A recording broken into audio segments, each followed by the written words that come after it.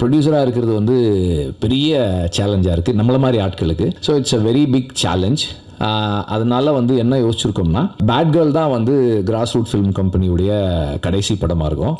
அதுக்கப்புறம் cross root film company கடையை சாத்துறோம். தயாரிப்பு கம்பெனியை மூடுவதாக அறிவித்தார் வெற்றிமாறன். தமிழ் சினிமாவில் எப்போதும் சத்தமில்லாமல் சத்தம் போடுவார் வெற்றிமாறன். அவரோட படங்கள் வந்தாலே அது ஒரு சமூக பேசும் பொருளா மாறிடும். ஆனா இப்போ சினிமா ரசிகர்களை அதிர்ச்சியடைய செய்யும் ஒரு முடிவை எடுத்திருக்காரு. நீதிமன்றம், சென்சார் போர்டு சிக்கல்னு தடுமாறுறாரு மனுஷன். பேட் கேர்ள் படம் 3 முறை சென்சார் அலுவலகத்தை சுற்றி வந்துச்சு. இந்த அனுபவங்களை சுட்டிக்காட்டிய அவர், இப்படி தொடர்ந்து அரசியல், சட்டம், சென்சார் சிக்கல்களால சிக்கி கொண்டே இருக்கிறோம். படத்தை எடுப்பதற்கு மேல படத்தை வெளிக்கொண்டு வருவது ரொம்ப கஷ்டமா இருக்குன்னு வேதனைப்படுறாரு.